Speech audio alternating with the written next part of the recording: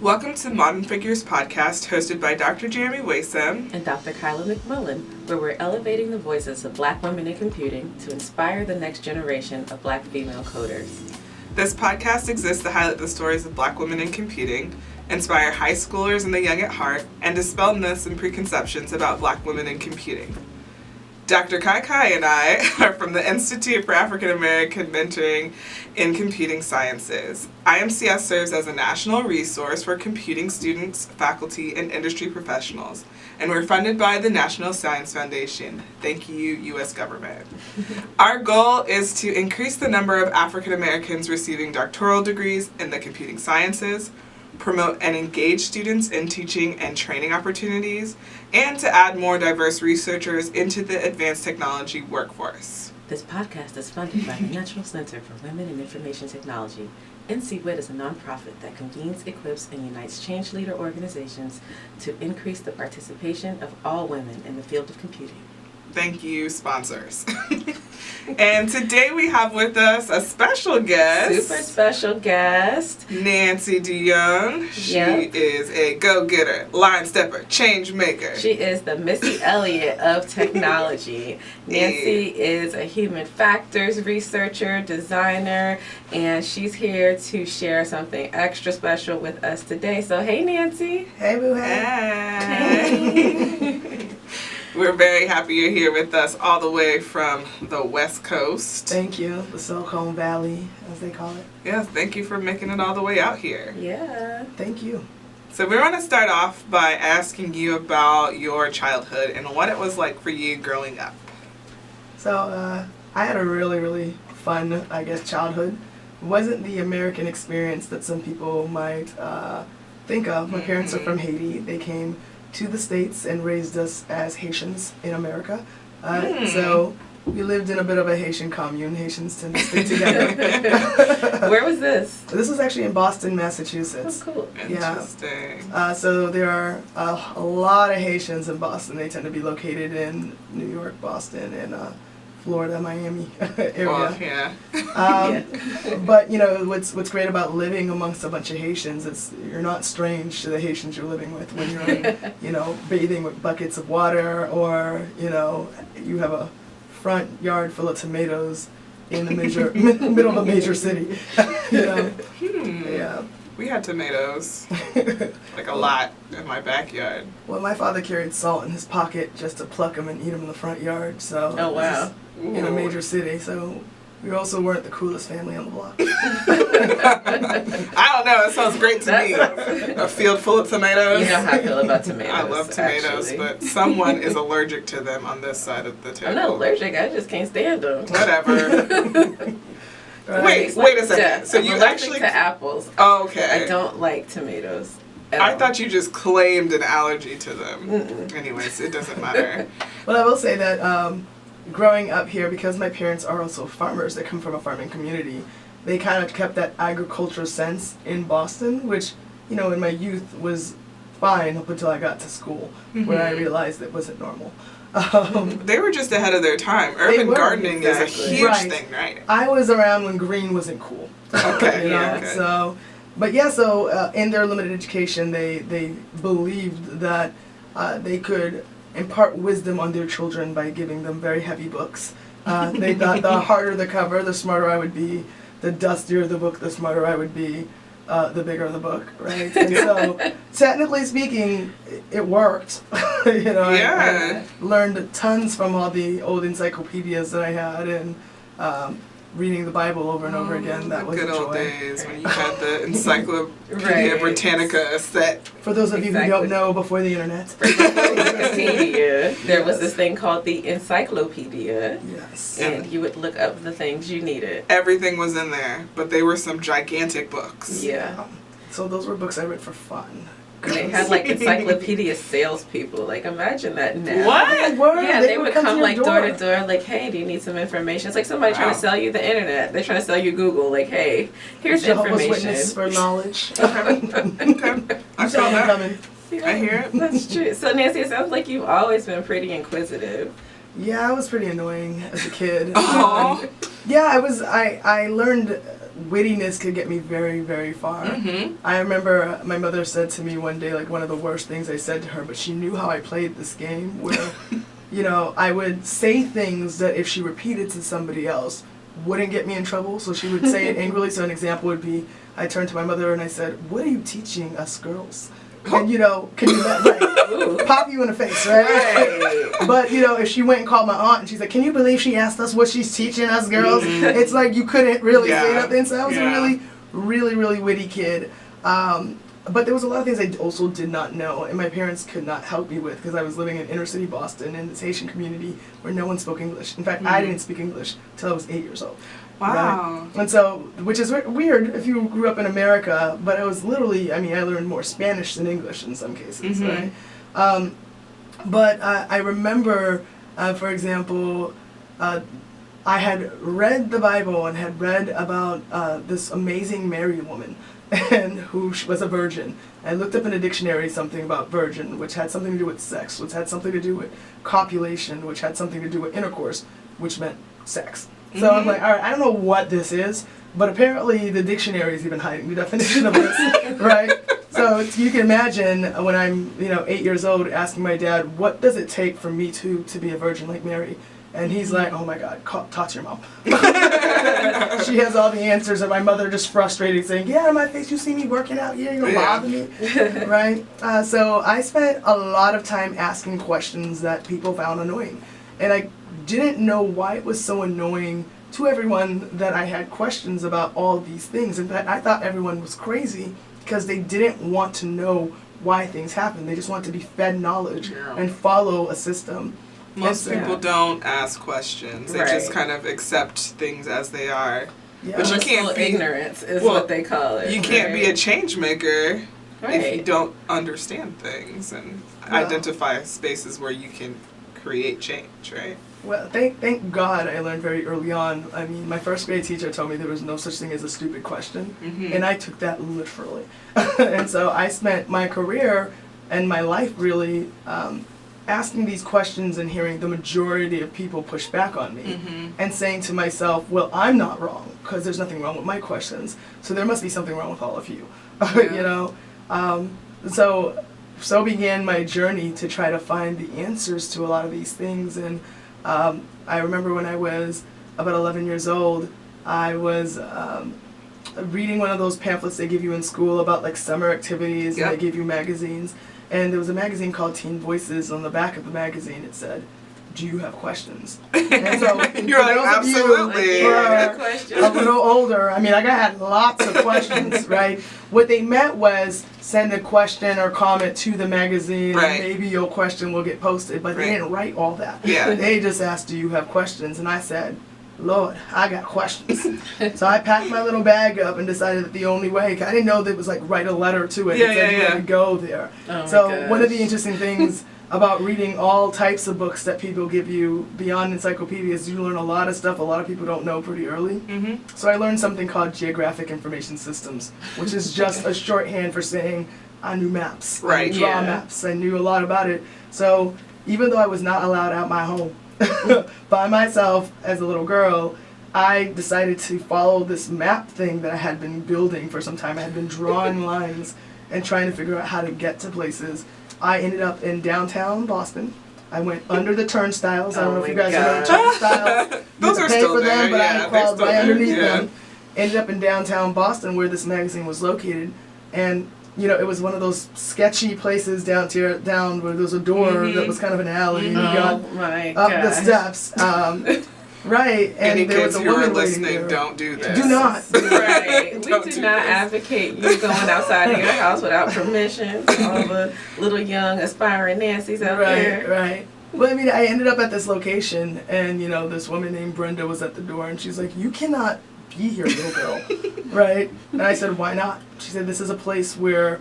And even in order to work here, you have to be at least 14. And I said, I am 14, right? I don't know if y'all know, an 11-year-old girl looks very different from a 14-year-old girl. Okay, yeah. But I was going to hold on to this story, and her next question was, well, how old are you? And also, what's your birthday? If that's excuse me now, how old are you? What's your birthday? And my response was, I don't know my birthday. because I didn't know my birthday. That was not information that my parents felt was valuable for me to know. It might have been useful for them coming to America to apply for a passport. Yeah. But, you know, there is no special anything. We're all trying to make it together. We grew up poor.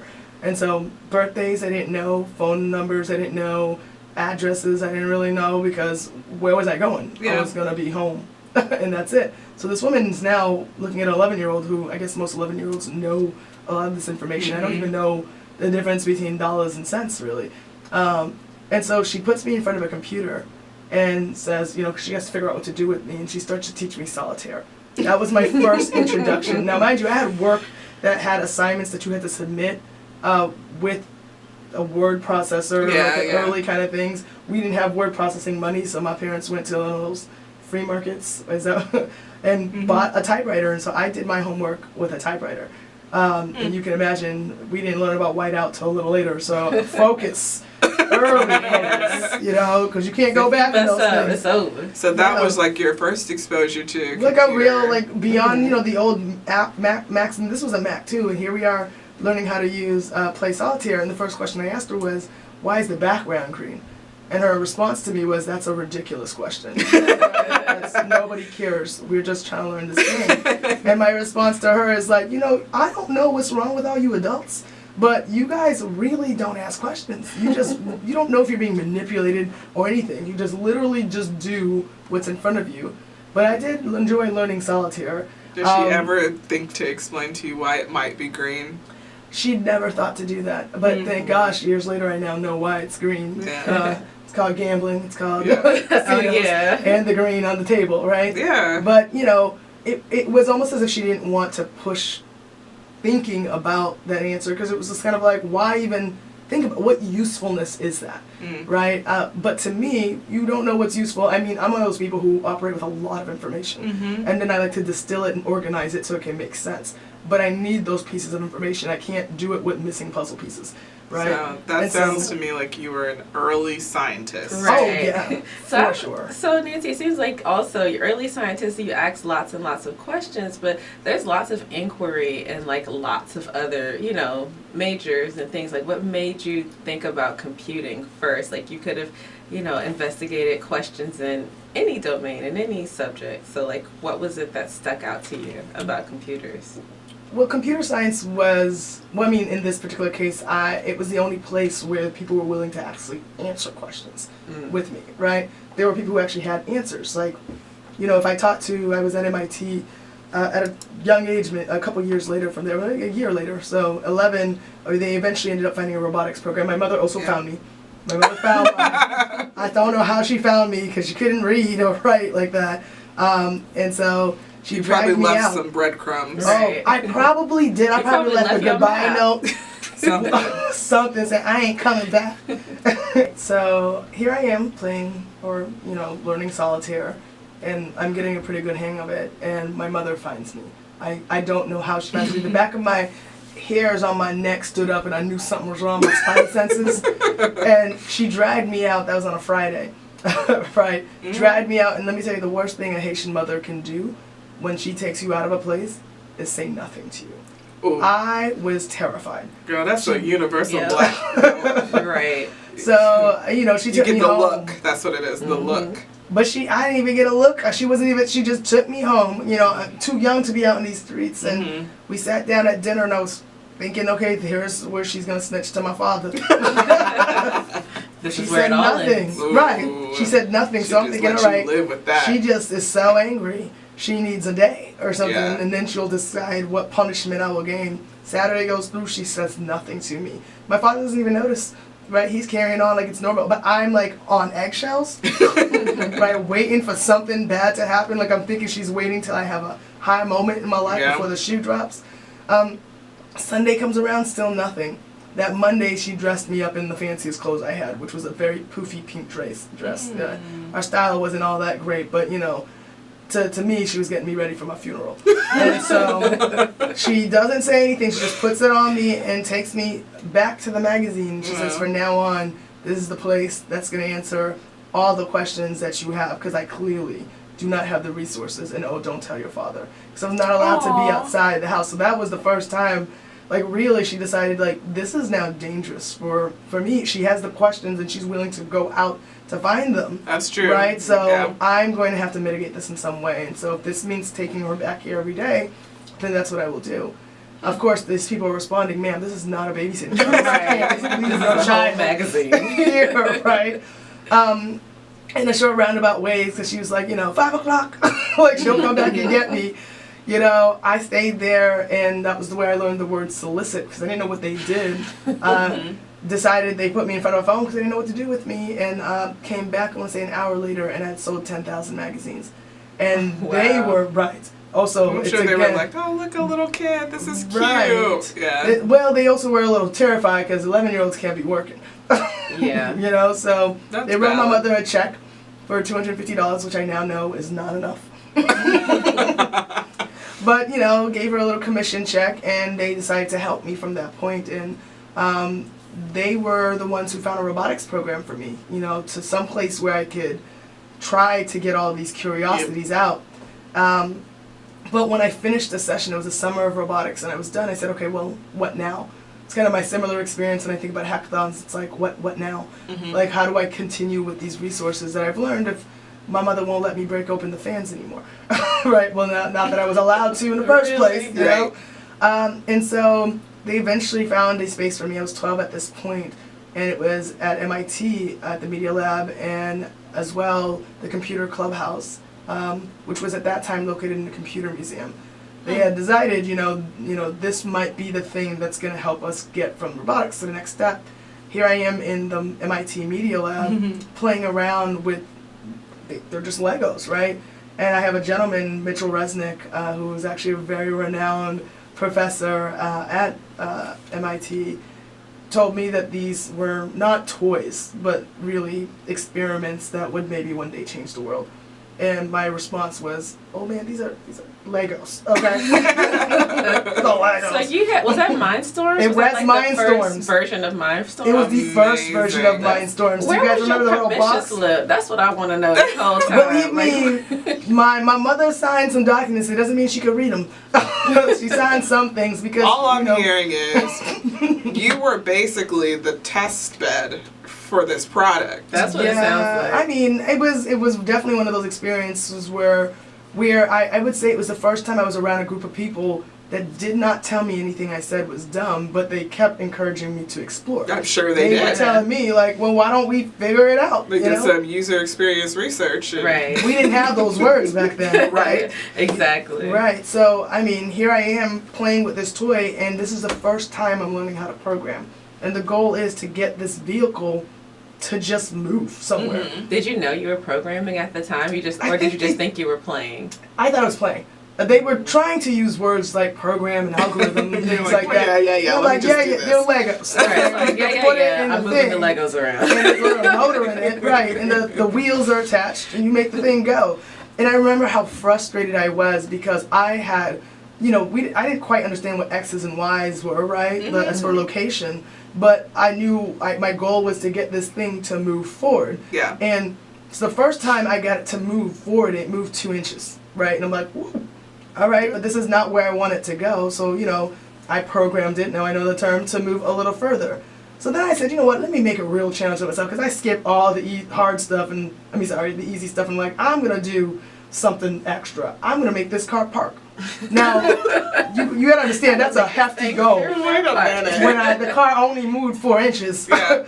And so when I tried to program it to park itself, the car spun in circles. It kept spinning in circles and circles, and I remember I was by myself mad at the whole thing because it would not do what I wanted it to do, and I thought I had figured out, I cracked the code. If I can make it move forward, why can't I make it go where I want to make it, right? And this is the part where I kind of learned on my own that I can play around and do different things and change numbers around to see, okay, that made it go right a little bit. Okay, that made it go left a little bit. Eventually, it took me days, a couple of weeks. Eventually, I got this thing to do the smallest thing, which was to park itself. There was no other cars. Right? I just needed it to go against the wall somewhere. Yeah. Right, just get in there somehow. And from there, it turned into other things. This program had a program called Computer Clubhouse, which was funded by Intel and MIT at the time. And their goal was to give young people from the ages of 8 to 18 industry level tech skills to see if this would maybe get them into college. Yeah. I was pretty much the only girl there. And so my mother was, blessed to have somebody who would answer my questions and I could hang out in this place. And I was blessed to be in a space where no one made me feel dumb. I felt dumb at school, even though I knew things, but they had placed me in special education classes. Yeah, I was going to ask you, like, how did traditional school work for you? Because it sounds like you were more of a hands-on, inquisitive sort of child, but yeah, what was experiential learning like? is new, yeah. right? Yeah, that was not in existence. That was non-existent, while I was in school. So I was just a weirdo in school. The teachers couldn't understand how I had found some new mathematical way to get to certain answers, and so they would flunk me because they said, we want you to do it this way. And I'm like, but I'm getting the answer and clearly not cheating. So why can't I do it the way I know best? And so no one could ever explain to me why things were the way they were. And so eventually they decided that there was something wrong with me, right? So for example, I was calling any woman above a particular age mom. I now know what I was doing back then. I was calling them mom because in my culture, after a certain age, you respect elders who are women by calling them mom. Americans might call somebody auntie, or West Africans might call somebody auntie. And so here I am trying to show these people respect, and they're like, something wrong with this child. She think everybody her mom. Right, she think everybody her mom. We're trying to tell her, but I thought mom meant authority, right? I mean, the way context was really important to me. And I'm like, no, I'm trying to show you respect, and you call me crazy. So we had these cultural clashes. So when I ended up in special education and they saw that I was far too advanced for that, they just didn't know where to place me. So and that happens to a lot of kids, right? Yeah. Like we tend to stifle creativity and intelligence or things that we don't understand because traditional ways of doing things don't work. Right. And it takes more time and energy and effort on their part to give us the opportunities that we need to be successful. Yeah. And you got to think about also the limited resources. You have parents who don't speak English. You have an inner city school that really is in a very dangerous area it's where probably people strapped for resources. They're strapped for resources. There are no art programs to teach you how to be creative and things like that. I remember asking my mother if I could do gymnastics, and she was like, why can't you just tumble in the yard? Why do we gotta pay somebody to have you flip? You do it anywhere in the house. Yeah. So it sounds like you were blessed to have the opportunity to explore those aspects of who you are outside of the classroom, which kind of led you to this career that you have now. Right. And of course I had no idea. The other day I was talking with in a group. I'm always amongst white people. There's always a lot of white folks around me. And the question was asked, what was your first job? And people were talking about, being a waitress and, I worked in a library or something like that. And I said, I was a tech coordinator. But when I was 14, I was a tech coordinator. I had learned enough from 12 to 14 that I had the skills to teach other people Photoshop and 3D design, music production. Like I was literally making beats and thinking I was having fun and managing and trying to teach other kids how to do these things because I didn't think it was It wasn't work. It wasn't work. I mean, clearly no one was paying me to do any of these things. But so it actually wasn't work. Actually, the definition of work. But people that were in the room around me also look like me, which is interesting. Randall Pinkett, a lot of you guys know, in Nesby. He also was on The Apprentice, the first black man to win The Apprentice. He was in that room. I knew him while he was in grad school. And I remember, it's funny now because, he's kind of a big kahuna. Yeah. And I remember sitting around the table with him and he's chilling, maybe trying to figure out why he's there, Yeah, I'm and sure. me asking him questions on all he really did was saying, girl, just go figure it out. Just go play with it. It's not going to break on you. Right. And if it does, it's okay. And so here I am in a space where everyone is encouraging me to learn on my own, to figure it out. And I'm not really getting that encouragement in the classroom. So this ended up becoming the safest space for me mentally.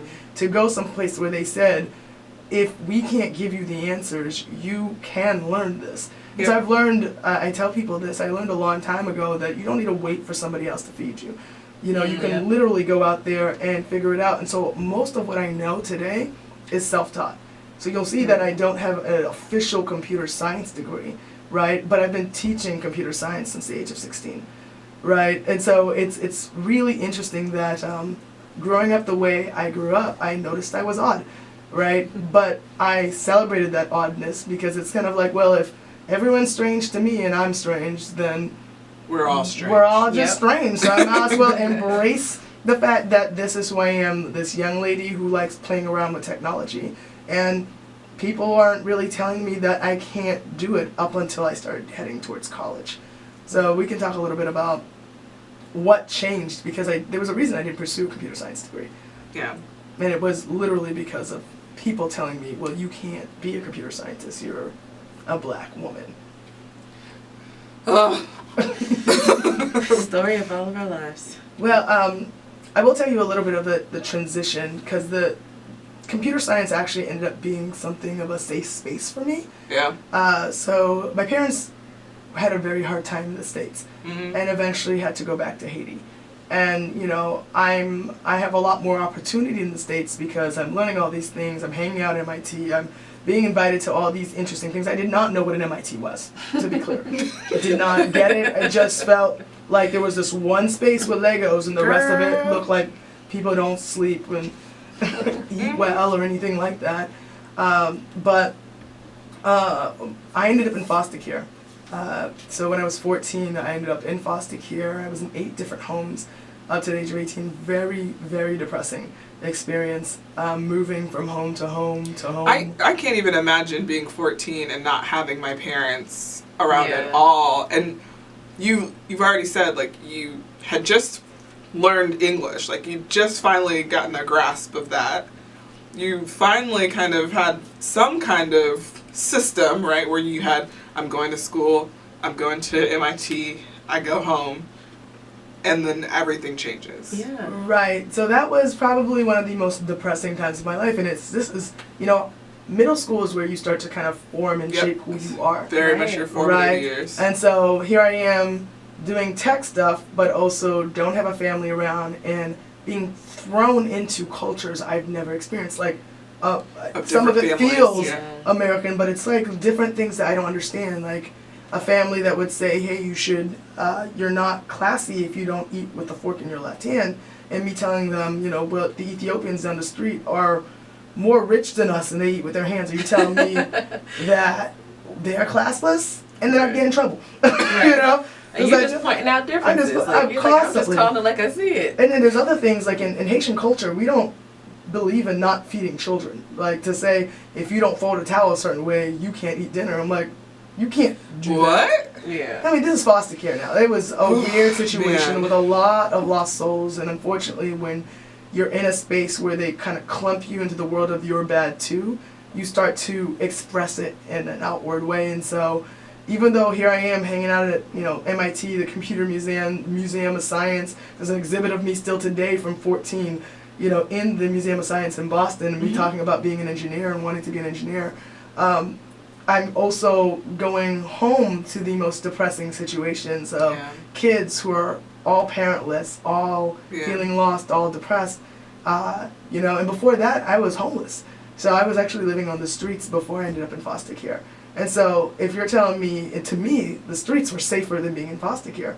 Jeez. And so I was a runaway, but I always went to school, and nobody knew I was in school how depressed I was, except that it was reflected in my grades. Yeah. So I ended up graduating with the 3rd lowest GPA in high school, even though I knew a lot, and literally teachers thought... So they let you graduate? Like, so we can explain that. Hold on.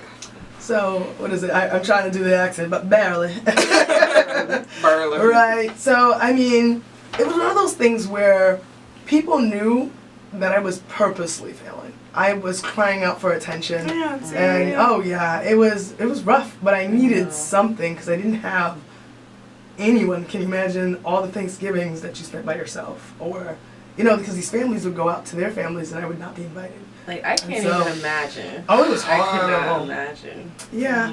And then even graduating from high school, I remember it was probably one of the most depressing experiences when I actually did finally make it to graduation, because we weren't sure. But my coaches, I rode for 6 years and I did music programs. These people were fighting for me. And there's a point where they asked us all to stand up at graduation.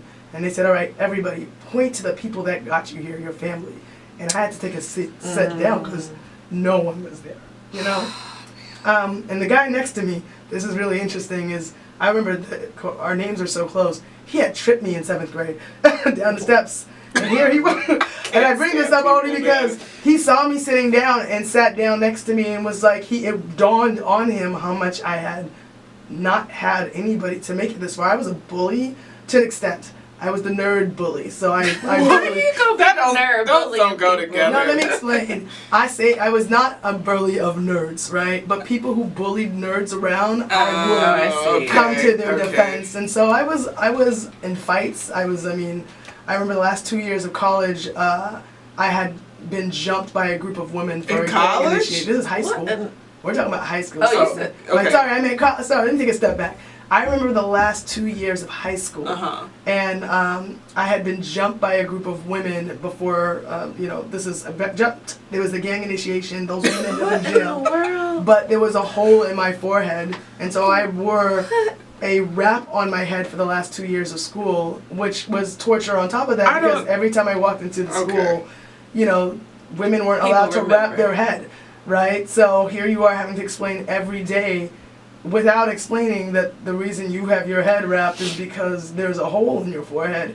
And they're saying, we don't care, we don't do this. I'm also experiencing the discrimination that's going on with the Islam community, right? Because Valid, right, and I'm just trying to save my face from people asking me questions. And so high school was just rough. And so when I say computer science was my saving grace, that was the only consistent thing in my life. And so I poured my all into learning as much as I could, and then teaching others a lot of the things that I knew. So let's segue. So you did got a lot of experience, barely graduate high school, but you have college degrees. Right. So how did you get the college? So how did that? How did you get there? How did you work that out? The one beautiful thing I think about who I am is I'm really good at sharing stories. And I think that when I finally got to the end of high school, at that point I had decided I was going to sue foster care. And I had contacted that I was under probation. They just kind of put you in probation, whether you are, good or bad. And so I had to prove certain things, that I wasn't running around the streets. Like academic probation, or it's hard. Well, it was just kind of probation in the sense that you had to show up to school every day. Okay. There's different kinds. So they just wanted to make sure there was academic, and I also had to make sure I was coming home, and I was running away regularly, so I had to stop that. So within the foster care system, you it's in a probationary period. Right, but foster care is run by the state. Right. And so if you are trying to sue a foster care program, or social workers or something like that, what you're actually doing is suing the state of Massachusetts. Right. So I said, I'm down. I'm suing the state of Massachusetts. And so, I was talking to a prosecutor, and he told me, Nancy, listen, sure, I could help you sue the state of Massachusetts, but I'm going to straight up tell you, I'm not even that great of a lawyer. Right? And so he said, the best revenge you can do is get your education back up. To actually, put yourself in a position where you're doing better than some of the people who didn't have a choice but to fall into these careers. Not everybody dreamed about working as a foster care a social worker or working in the social work space. So he said, if you want to get back at these people, do something with yourself. And so it dawned on me that my years of depression and keeping my grades down, and mind you, I was still learning along the way, I just refused to apply it outwardly. So I decided, I have to get my life together. And so with the help of my coaches, I wrote to a bunch of schools. I didn't want to stay in Massachusetts at the time. I applied to like Purdue and Kansas State. I looked for engineering programs that were predominantly white because I figured they would probably maybe give me a chance because no one else was going to go. We ain't going there. Play the odds. Right. And mind you, I didn't have the GPA to get in, and so my essay was really a letter basically saying, please give me a chance. I had a lot of things that have happened in my life, but I'm not dumb. You know, I actually can prove to you with just my resume of work that I've done that I am fully capable of getting this done, and I'm simply looking for it. The whole thing was the premise of being between a key and a home. I said, you know, I've been searching for homes, and I'm really thinking that this place, for every school I went to, this could be the key to finally have a home where I can actually work on getting myself back on track. And so I said, you know, I would take a provisional acceptance and give me a few weeks to prove myself, and if I do not do what I can do to show you that I'm smart enough to do this, then you can throw me off of campus. Wow. I applied to 21 schools, got accepted to half with this letter. So this is where That's I learned great. the power of storytelling. That's great. Getting through the door, because I knew that they, especially in a lot of these schools that are predominantly white, they probably have never heard a story like mine. I have never heard a story like yours, so Right. I understand. Yeah, it definitely is I know admissions officers look for something different. Like, they get a lot of the same cookie cutter, I had this trial, and this is how I overcame it with my privilege. There was one day that math was hard. My mom got me a tutor. Yeah, like, they don't... She also wrote this essay. You had real challenges, Thanks, you know, Yeah. that you had to overcome, and you'd overcome them, right? Yeah. Just not in the sense that the masses would agree would be I would success say that. in their Right. eyes, So, right? in the eyes of most of like my the social workers I worked with, I was trouble.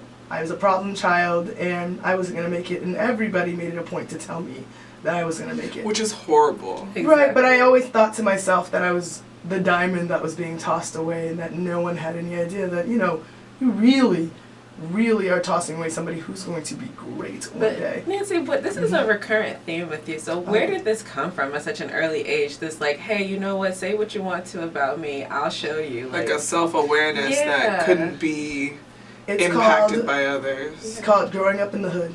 that's what that's called. I just Okay. ended up carrying it outside the hood. I can get with that. I can get with that. Okay. You know, just confident. I was, you know, I think borderline arrogant because of my anger at so many people who had judged me before they could even know me, right? And sure, I had problems, but I was going through things, and so that outward expression that people were seeing wasn't me being bad, but me holding on to a lot of anger that I didn't know how to deal with. How to right? express, yeah. And so it came out in interesting ways, but it didn't necessarily impact some of my little side projects I was doing when I was doing music production, or when I was, you know, teaching kids how to do remove the proof off their images and photos. I don't know. I say I'm aging myself a little bit. Y'all don't know they used to put giant stamps, watermarkers, and so I was on Photoshop telling the kids, you can pay me. That's still a thing. Pay me. Oh yeah. Yeah. Girl, I was removing them and showing kids how to do the makeup and skinny waist way before we had apps to do these things. Okay. Okay.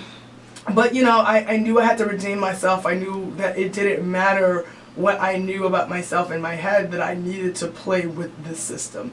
And so I got accepted to all these schools, but you know, didn't have any money.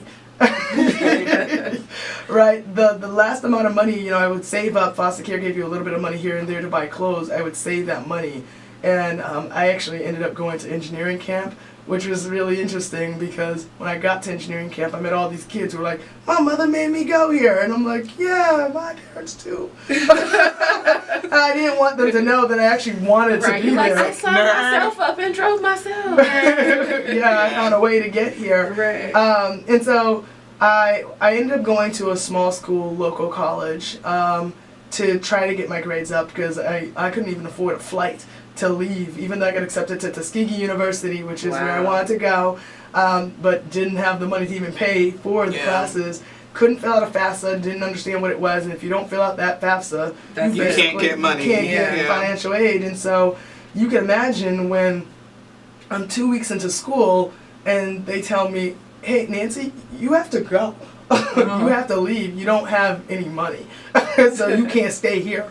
And so I went back to MIT. I remember, you might have heard this story, Kyla, about me marching my butt back to MIT. And I went to Robin Chapman, who is doing wonderful, wonderful things from Wellesley to Harvard right now. But back then, she was a PhD student. Black PhD students at the media lab, stressed beyond measure. And here I come in there saying to her, you lied to me, right? You told me to go to college. Nobody told me to go, that it costs like money to go to this thing, right? Everyone's talking about you gotta go to college, but no one's talking about, but how we gonna pay for this? Right. And so Robin says to me, Nancy, girl, they got money.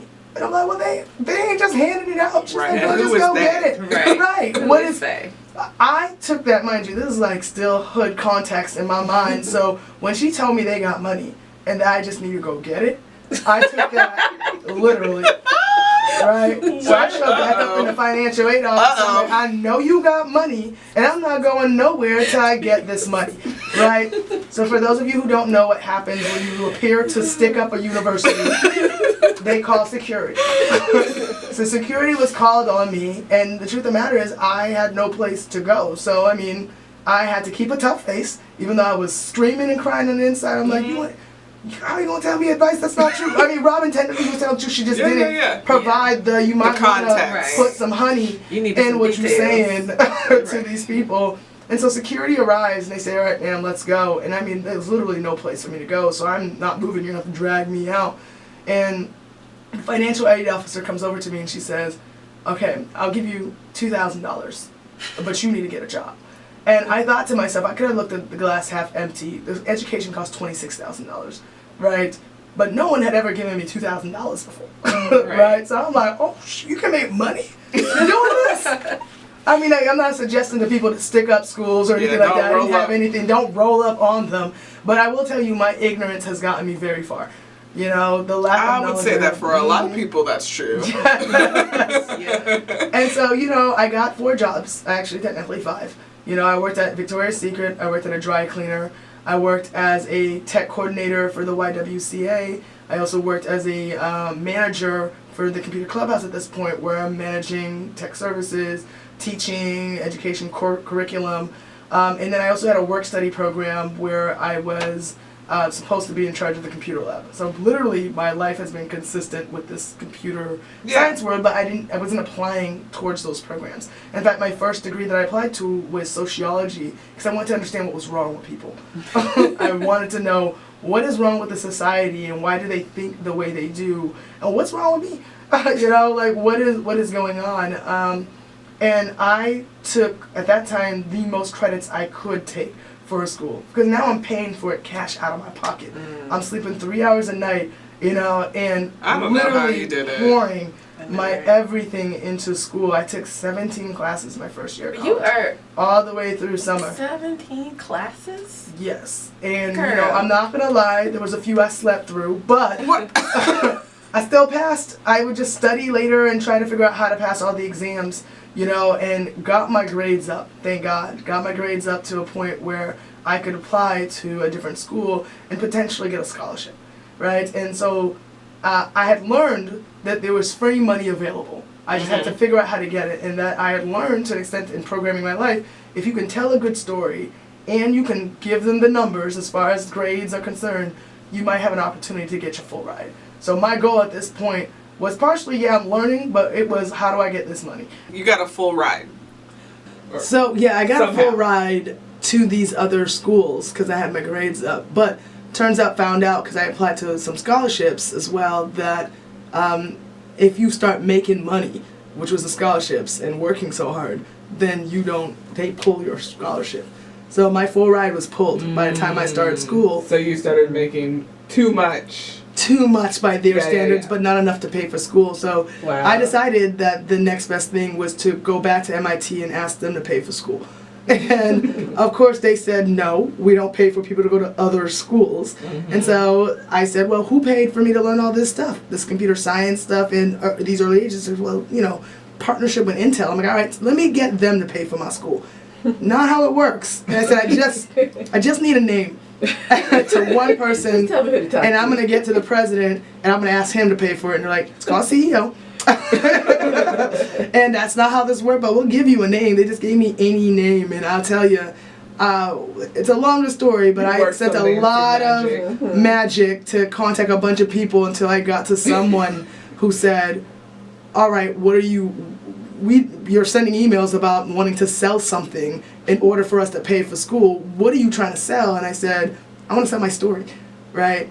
For the low price of $100,000. You could have this black face on little features and things talking about, hey, I wanted a job, I wanted to be an engineer, and Intel helped me by covering my education. And the response was, will you take an internship? And I said, Wow. I'll take an internship. I'll take an internship. Yeah. And so was able to finish paying off my undergrad and now had cracked the code to getting scholarships. And so here comes entering grad school. Mm-hmm. Yeah. I now at this point through undergrad completed a degree in information systems and completed a degree in sociology.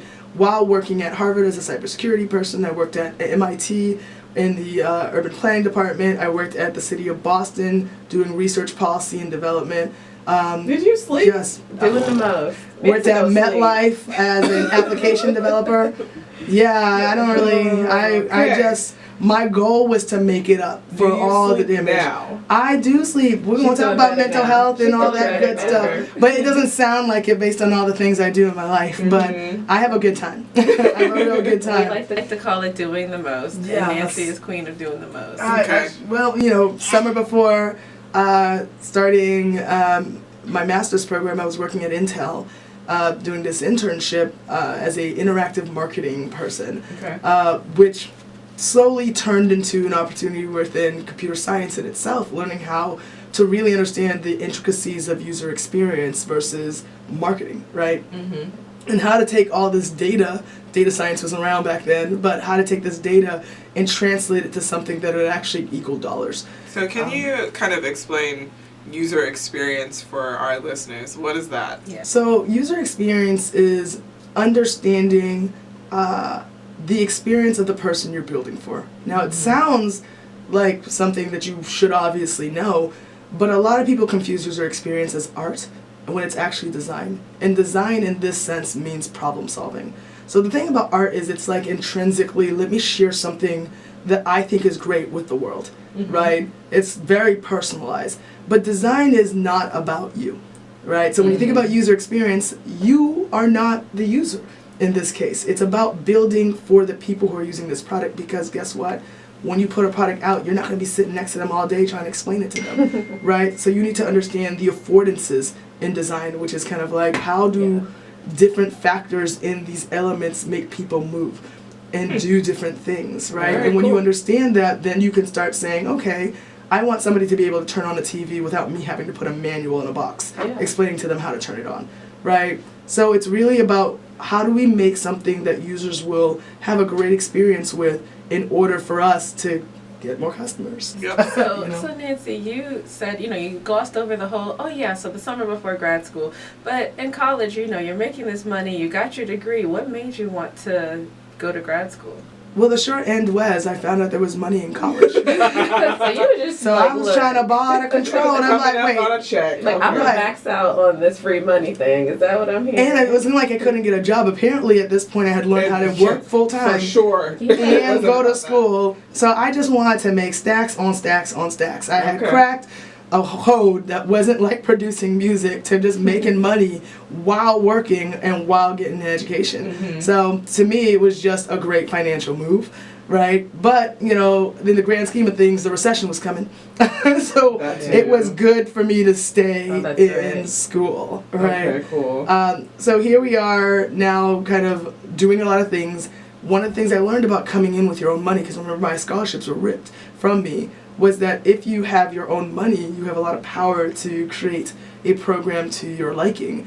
And so I had at this point, I've been waitlisted at MIT, I had been accepted to Cornell, UPenn, I was like, now, literally all the top schools that I couldn't get into in high school were easy as pie for me to get into because my grades were up, I had all the skills and knowledge and experience, right? And I was still young, but nobody could really tell because they were like, what is this 9-page resume? More importantly, you could afford that plane ticket. And I sure could. And so while I got accepted, I remember I've made a lot of really interesting decisions in the name of me keeping to my Nancyism self, you know. And so Cornell had given me the most money. I think it was $96,000 on top of a full ride. And What? yeah. What? Excuse me. Okay. Yeah. Is this counting the tuition? So to mix up the dollars where those dollars came from, I already had scholarships coming in, right? And here we are at Cornell that's like, oh my God, you're a star, we want you here, and we also have this full ride, and we have cash for you to live off of. And then I get a call from University of Michigan, an email saying, hey, you should consider applying here. And I said, what's the University of Michigan? I thought it was a state school as far as I was concerned. And so they said, we'll give you $300 to come down here. And I'm like, well, that's the cost of a flight, but I'll take a free flight. Come down to University of Michigan. They had this whole program set for you to walk around and learn about the school. I ended up kicking it with my friends who were there. And went around, and I will tell you, I mean, I bet Michigan did not know that they were still going to remain cool even if I didn't go to these sessions. It was a school that was ridiculously intelligent. These kids were so smart, but they were also cool. And I hadn't met really smart people who loved football, could drink a lot, like sailors, you know, and had a good time and all that, but remained with high grades. And so I said, you know, while the MITs and the Harvards sound really nice, I really, really like, you know, who I am and my personality. And I felt like as a Caribbean woman who wanted to kind of keep with this creative, uplifted life, that it was a better bet for me to go to Michigan than any of these other schools.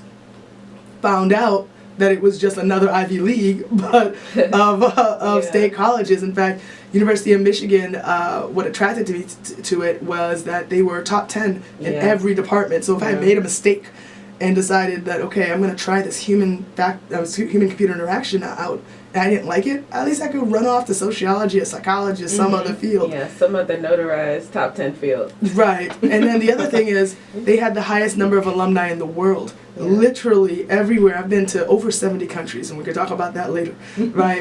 Been to over 70 countries, mostly by myself, and I find a Michigan grad everywhere.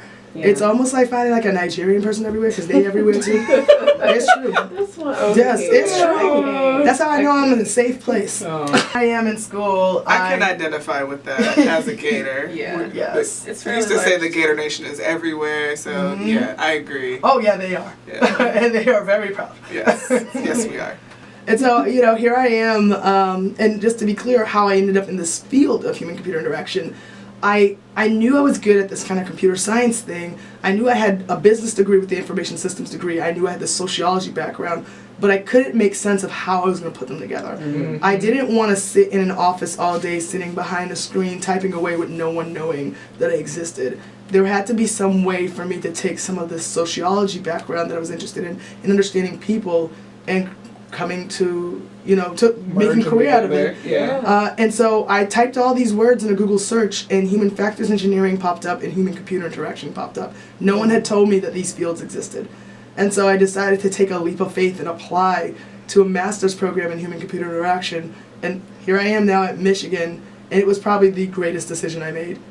Thank goodness for the Underground Railroad that exists in most of these schools for people of color, right? Literally, I remember when I left UPenn, there's a sister over there, I'm sure Kyla, you know her name. She runs a program that really, literally works on keeping the black grad students feeling comfortable and safe. She's like, listen, I got snacks for just y'all. Right over here, just come over here if you need a nap, if you need a shoulder to cry on, we got you. And to find out that the MITs, the Harvards, the Cornells, every last one of these schools, I found their Underground Railroads, right? And so that's what got me through Michigan, was not just the fact that here I am learning, and, you know, Michigan gave me $0, but I had money coming in. So this is where, I mean, shocking. I rejected Cornell and all that money to go to Michigan because it just felt right. It's the community. The community saved me For real. That's where I met Kyla, who's over here. Yes. And other folks who literally we would study and work together and then have a good time together. So, I'm Caribbean, so I love my reggae and my dance hall music, and it wasn't really prevalent there, but Kyla, I brought it. Oh, yeah. I brought it with me. Did you? Oh, did you? It ended up being known for my parties out there, so that was really cool. Yeah, I've heard, and not out there, like still today, but we won't talk about that. We won't get into that. I do think this might be a good place to stop. Nancy, we are going to have a second episode. If you will oblige us. Well, no, she's staying. She just Yes, absolutely. So, I'm going to go ahead and wrap us up for this episode. As always, you can find us on our website at modernfigurespodcast.com. You can ask us any questions via email at askusk@modernfigurespodcast.com. And you can find Kyla and I on Twitter for Kyla at Dr._Kyla. Don't forget the underscore. And I'm at Jeremy Waysome. Nancy, do you Sure, you can tweet? I sure do tweet. You can actually find me at Nancy Douyon. It's pretty simple. Mm-hmm. So hopefully my name will be available. My last name, which is difficult for people to spell, is D as in David, Ouyon. So look me up on Instagram, Twitter, all the good things, and what's your life. Insta? Your Insta's my different. Insta is UX as in user experience with the X, Cutie, CUTIE. So it's a little bit of nerd and a little bit of, the rushe. Yes. So follow me definitely on Instagram as well. All right, so until next time, drink some water, eat some vegetables. And be extra, just like guacamole, because guacamole adds quality and isn't just extra for no reason.